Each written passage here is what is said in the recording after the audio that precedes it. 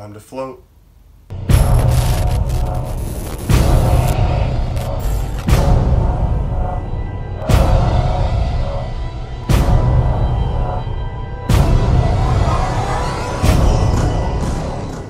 What's going on, guys?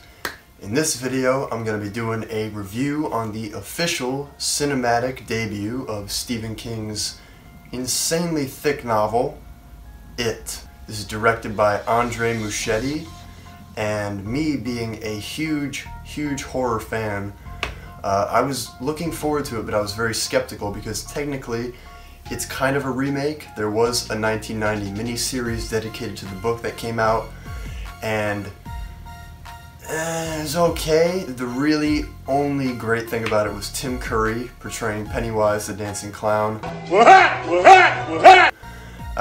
That's mainly the most memorable thing about it. Other than that, it wasn't very good and it wasn't extremely faithful to the book. Anyway, this one came out. I saw it the other night and wow, I was blown away. I haven't seen a horror movie in a while, especially a remake, since maybe Evil Dead, that really impressed me. I'm a huge fan of suspense horror and very long, drawn-out sequences. I hate jump scares, especially cheap ones, and this movie delivered very well. It had a couple jump scares, but they were fun and they were well earned. The movie built up to these scares, and when they happened, they were like, oh my god, that's actually terrifying. The direction by Andre Muschietti is exquisite. This is a beautifully shot movie, and it really comes across like how the book felt. I've read the book, and I can honestly say this movie is probably as best you're gonna get to an adaptation. It was extremely great. This movie focuses on the kids' side of the story first. This is It Chapter 1. The next movie, because this is a duology, the next movie will focus on them as adults. If you've seen the miniseries, you know how that went, and it was absolutely horrible. So hopefully the next movie will really capture the power of that in the story. The movie put in basically everything that you would want to be in an It movie, and it left out kind of some of the weird stuff that you wouldn't necessarily want to be in the movie. Let me talk about the cast for a minute. The kids especially are incredibly talented kids.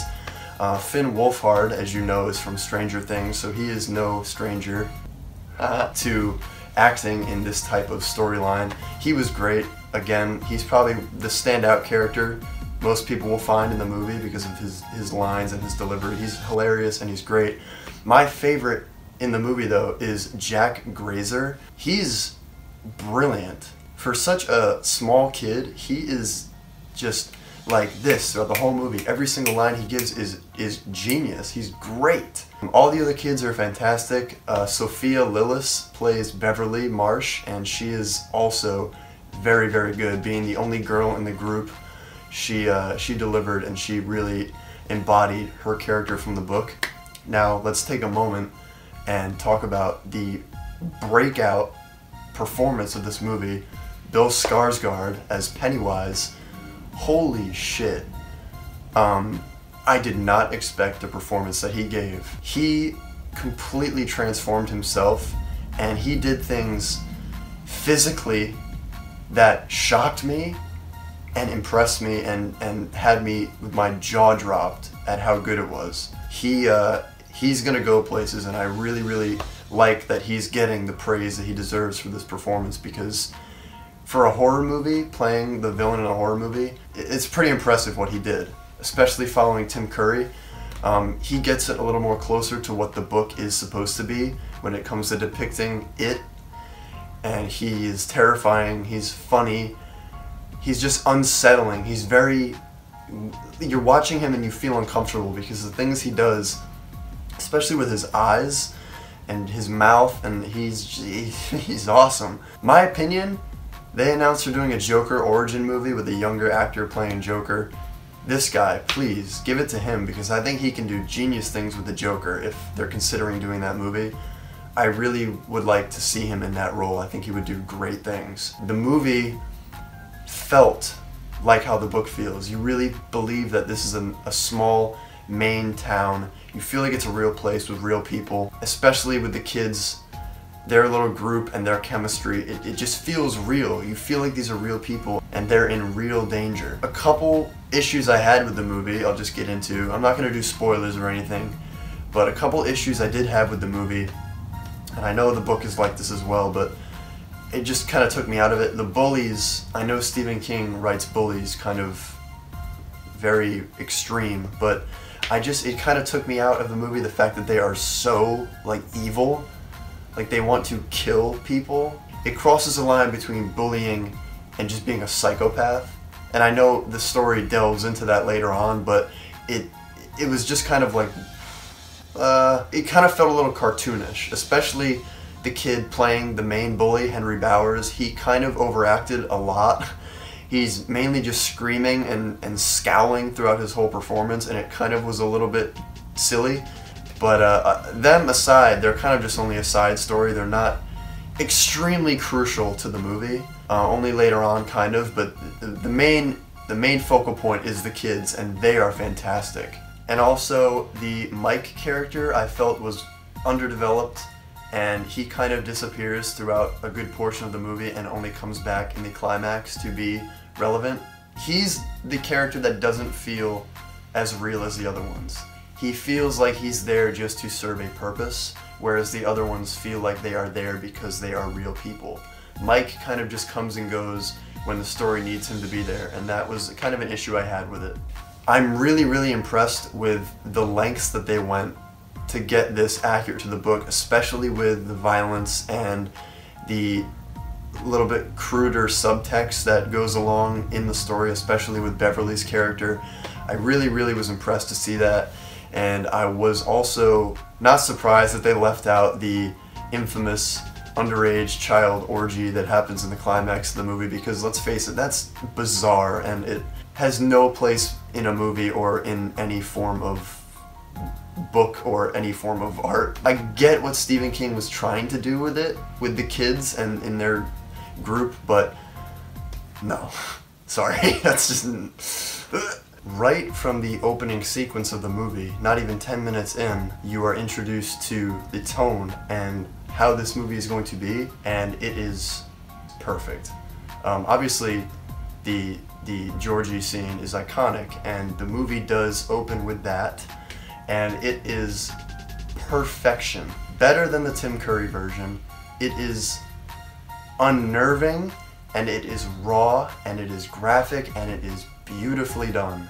The little kid who plays Georgie, what the fuck? Like, he was incredible. He was so good, and he's like a little baby. He was so good. Him and Bill Skarsgård, their back and forth with each other was just ripped from the pages. I was watching the book come to life. That set everything in motion for the rest of the movie, and I was hooked in just like that. All of my doubts were gone, and I was like, holy shit, I'm in for something spectacular. I really, really enjoyed the visuals, especially. They used CGI very well in the movie, with the movie only having, I think it had like a $35 million budget. I'm not too sure. It was very low for what the final result looks like. It looks beautiful. The visual effects were used very well, especially, I mean, obviously in the scare sequences, they were very, very good, especially what they do with Pennywise. Obviously, he is a morphing entity. He morphs into different things. Creative, terrifying, disturbing, to say the least. There were two sequences that genuinely scared me and made me feel bad. Like, I was sitting in my seat like, I won't spoil what they are, but for those who have seen the movie, library, painting. Like, what the fuck was that? Nightmare material. And I loved it. Afterward, I was like, holy shit, that's what I want to feel in a horror movie. I don't need ridiculous things jumping out at me all the time with loud noises and obnoxious shit going on. I like good, wholesome, scary imagery and good suspense.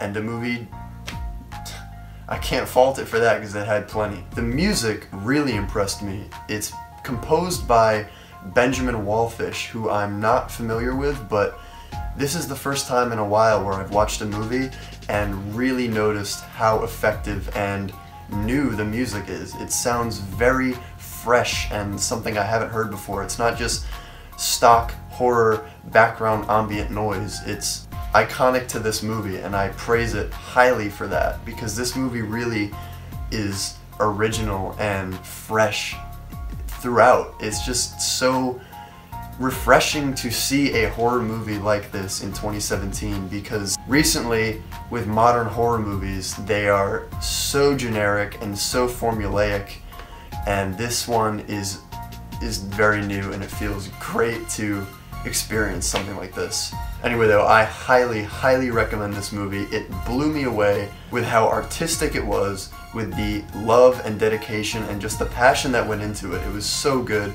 Bill Skarsgård blew me away. I really can't wait to see what that guy does in the future. Like I said, they put a ton of heart into this movie, and they put a ton of passion, because you just notice all these little things and you're like, this could have just been some cheap cash grab adaptation, but it truly is one of the best horror films to come out in the last 10 years. I truly feel that. And again, check this movie out. It's making tons and tons of money, especially for a horror movie, but it has so much heart to it, and it's just excellent. So please go check it out. And lastly, I just want to say, I finished this bad boy up. I'm going to be doing a review and showcase video of him like right after I finish filming this, so stay tuned for that, because this was something I'm super proud of working on. Thanks for checking this out, guys. Till next time, this is Fucus 101 signing out.